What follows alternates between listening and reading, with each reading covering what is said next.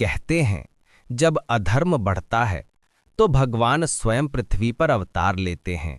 अगर आप ऐसी दिव्य कथाएं सुनना पसंद करते हैं तो दिव्य भक्ति कथा चैनल को अभी सब्सक्राइब कर लीजिए, क्योंकि यहाँ हर कथा आपके दिल में भक्ति की ज्योति जलाती है। बहुत समय पहले सृष्टि की शुरुआत में सब कुछ संतुलित था। पर्वत, नदियां, जीव जंतु और मनुष्य सब अपने कार्य में लगे थे, लेकिन धीरे धीरे अधर्म बढ़ने लगा। तभी एक अत्याचारी राक्षस जन्मा, हिरण्याक्ष। वो इतना शक्तिशाली था कि देवता भी उससे भयभीत रहने लगे।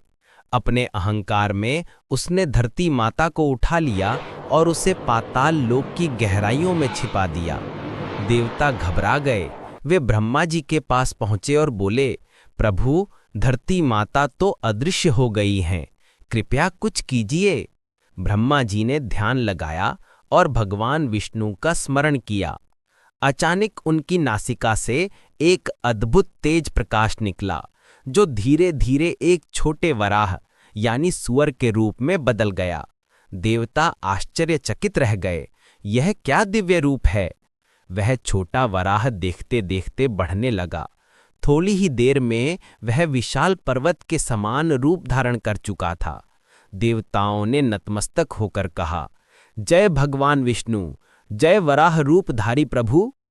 भगवान बोले, मैं पृथ्वी की रक्षा करने जा रहा हूं, अधर्म को नष्ट करूंगा।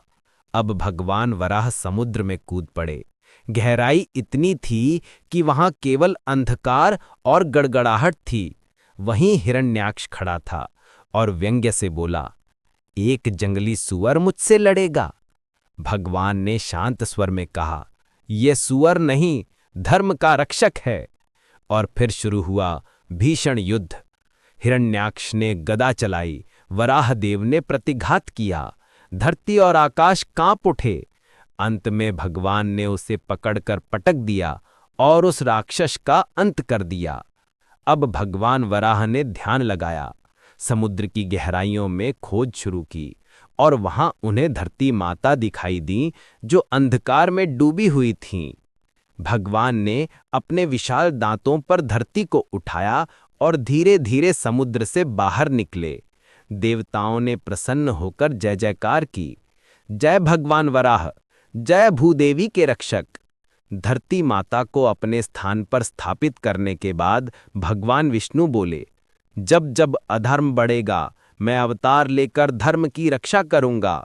धरती माता ने हाथ जोड़कर कहा, प्रभु, आपकी कृपा अमर रहे। और भगवान विष्णु अपने लोक लौट गए। दोस्तों, अगर ये कथा आपके मन को छू गई हो तो इसे जरूर आगे बढ़ाएं और दिव्य भक्ति कथा चैनल को सब्सक्राइब करें, क्योंकि यहाँ हर कथा आपके मन में भक्ति और विश्वास की नई रोशनी जगाती है।